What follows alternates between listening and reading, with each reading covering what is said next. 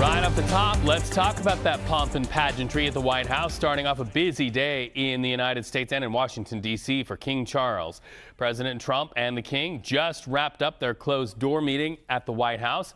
Earlier, President Trump and the First Lady welcomed the King and the Queen Camilla, at a rainy, formal ceremony at the White House. Later this afternoon, King Charles will deliver a historic address before a joint session of Congress. So let's talk about the day ahead. Live to the White House and CBS News correspondent Natalie Brand. Natalie, good to see you. Do we know what the President and the King could have discussed in that meeting that just adjourned?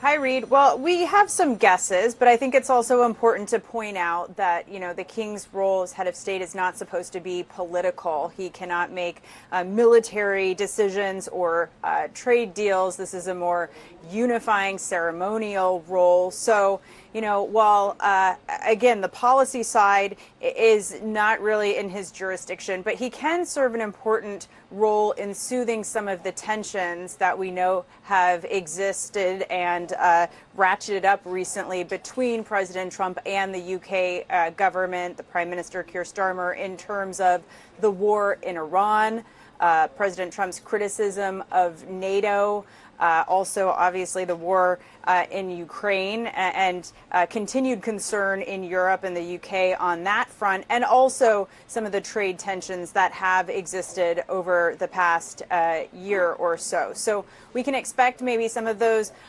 topics came up broadly, but, we also know that these two have a strong and personal relationship. And in the president's remarks earlier during that very formal arrival ceremony, he really noted the longtime alliance and the reason why King Charles is here to mark America 250 years of independence, and again, the strong alliance that has existed in the decades after that, particularly post-World War II, which the president also nodded to, talking about, the meeting between Prime Minister Churchill and President Roosevelt to talk about a vision for the free world post, following the war. Natalie, is it striking to anybody there at the White House that we heard, and our viewers saw this live on CBS News 24/7, the President of the United States welcome the King and Queen and speak about that storied relationship between the UK and the United States, but that the King himself did not speak during that particular event? Yeah, I was maybe expecting a few remarks. Maybe he's saving it for the big joint address before Congress. Something else that was notable to us is, there wasn't an opportunity for questions by reporters.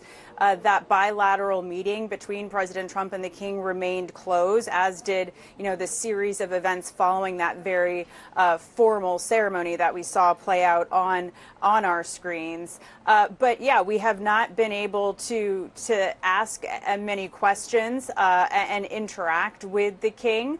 Perhaps that will come later, and obviously all eyes will be on Capitol Hill in a couple hours from now, when he becomes the second British monarch to address Congress.